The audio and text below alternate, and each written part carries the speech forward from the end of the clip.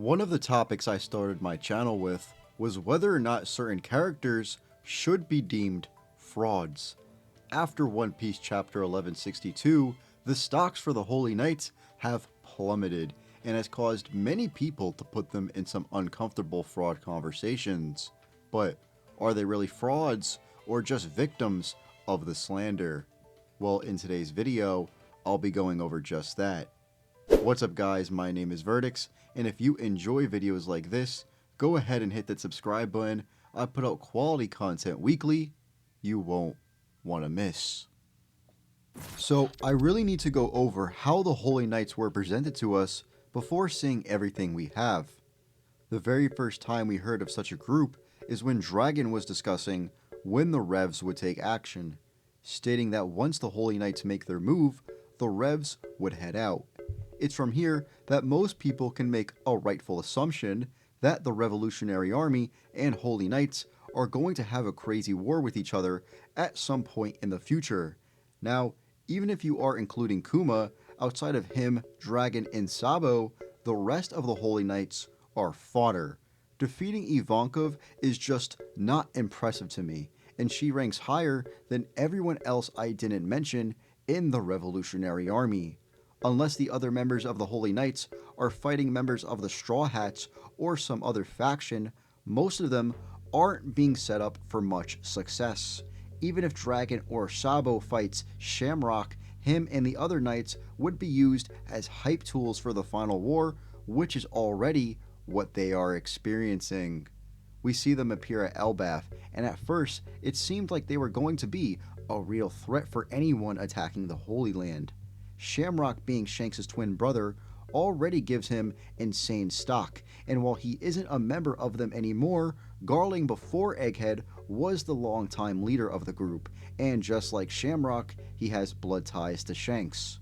Rightfully so, I can see why people would give them their respect, especially when Shamrock showed off his Cerberus Devil Fruit on Loki. Now, Shamrock is the one guy that can save the Holy Knight agenda. He still has promise. I don't want to count him out just yet. We saw when he attacked Loki that it was so strong, Loki couldn't handle getting pierced by those. This isn't coming from me. Loki himself stated this, and I really see no reason why he would lie about it here. He doesn't imply that's because of his condition either. It seemed to be just that strong of an attack. And we saw how Gabon noticed an abnormal hockey source, most likely being Shamrock's. With Oda saving him for later and only showing us a few mere moments of him so far, I imagine he has big plans for Shamrock, maybe having him interacting with Shanks one way or another. Like I said, Shamrock is still safe from these allegations in my mind, until we are shown otherwise. And the only other one that is also clear is Gunkko. Although a large part of this is due to Imu possessing her, we know she was the woman that is in the flower room with Imu, showing that Imu has a different level of trust for Gunkko than others. We saw her cook all four of Nami, Brook, Jinbei, and Usopp, and with her arrows, she could pierce Gabon after threatening the well-being of his child. Obviously, if Gabon didn't have to worry about Colin, he could have avoided this attack and overpower her, but these attacks still pack a punch to them, and she isn't showing the shame a certain member of the Holy Knights has been showing. After Imu takes possession of her, we saw them shoot off Broggy's arm and take him over, as well as Dory and the other giants on the island. We still need to see what they will be capable of, but I imagine that Imu gave them a very sizable power boost and most likely immortality, just like they give all of their other possessed soldiers.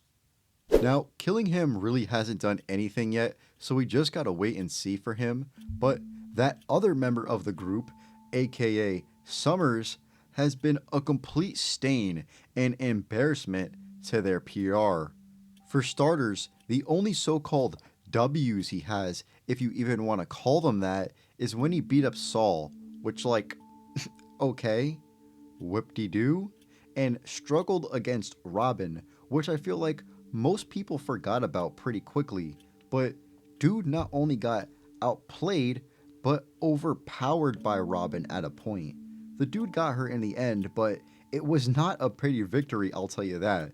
especially considering the fact he got chopped up into pieces by Gabon seconds after this. This wasn't a mid-diff, this wasn't a low diff, bro got completely no-diffed by Gabon here, easily getting his attacks blocked and having no counter for him since Gabon can get past his immortality. Dude is a regen merchant with a trash devil fruit and hockey. Even back in the day, bro was getting dropped and one-shot by Rayleigh. And guess what this motherfucker was doing before this? Barely overpowering a woman again. You really can't help but notice the fact that when there aren't any slaves or women around, he can't beat no one. You can't even make an argument of, oh, if he was in his prime, because there ain't shit to go off of other than getting one shot by Rayleigh and mid-diffing Shaki. The funny part about this, right, is that the whole reason dude was beating on Shaki in the first place is because he was all tight Garling would beat him in the games and win her.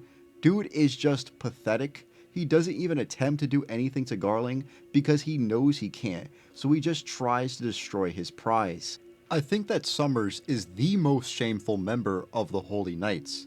Dude has got nothing going on for him, but there is a man who doesn't fall far behind, and that man is Garling, the former leader of the group and father of both Shanks and Shamrock. This guy was in the same boat as Shamrock up until recently. There was a point in time where I believed he would fit right on into the top tiers, being as important as he is, and the speculation surrounding his strength. If you remember back to when Shanks and Whitebeard had their chat pre-time skip, Whitebeard looks at Shanks and lets him know he reminds him of the man that gave him his scar years back. Once Garling was revealed to us, a lot of us, I included, really believed he was the one to do it, since who else could have resembled Shanks and possessed the strength necessary to scar Whitebeard? Naturally, you would come to the conclusion that it was Garling, but I don't know if this is the case after the most recent chapter. In 1162, we see him alongside another Holy Knight and possessed members of the Davy clan chase down Rocks as he is trying to ensure the safety of Eris and young Teach. Once Rocks is able to fight without worrying about them, he is ready to take on the army charging at him. Now, you would think this battle took a decent amount of time and Rocks maybe even needed help, but nope, not at all. Instead, we would see Rocks destroy Garling and kill the ones that were once his family. Even before this, Rocks took a slash at his head, in which Garling stated that it will take a while to heal, and admitted that after one of Rocks' attacks, he was a very powerful warrior.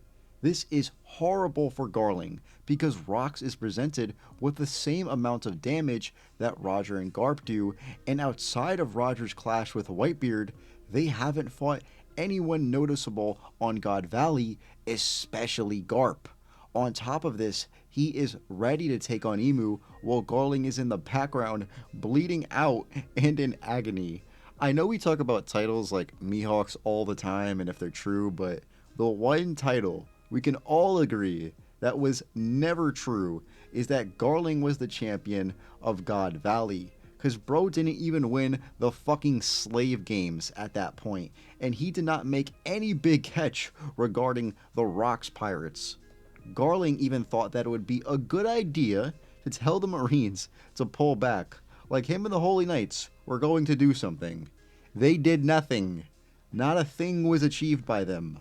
I really wouldn't be surprised if Emu did at least half of them how he did Saturn after Egghead, because these guys were horrible during God Valley. The rest of them we haven't seen so far, but if this is what your leader was doing, I really don't have high hopes for the rest of you guys outside of Shamrock. So, are the Holy Knights frauds? Without a shadow of the doubt. I'm sorry. I usually try to be more lenient and fair, but these guys are the definition of hype tools. I just know that at the end of Elbaf, we are going to see Zoro and Sanji shit on them. I have zero faith for their future, It's not like they have a spot to rise much in. It's really only going to be down from here, being Yonko Commander victims. Shamrock is the one hope for them, and Gunkko isn't too bad, but the rest of them fall so far down the fucking tree.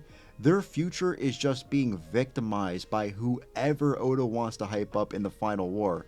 And honestly, Garling moving over to the Gorosei might have been for the best. It wasn't working for the first 50 plus years. I don't think it's gonna work the rest, my guy. Even with immortality and the ruler of the world on their side, somehow, some way, the Holy Knights do belong in fraud conversations. Well, that's it for you guys. I hope you enjoyed. If you did, go ahead and hit that subscribe button and leave a like. It really helps with the algorithm and is very appreciated. As always, shout out to Tiberius for the thumbnail. He makes quality thumbnails for me all the time, and if you would like some of your own, hit him up on Twitter, link in the description, as well as my Twitter, @Vertics_, for more of my takes. And without further ado, you guys can get out of here.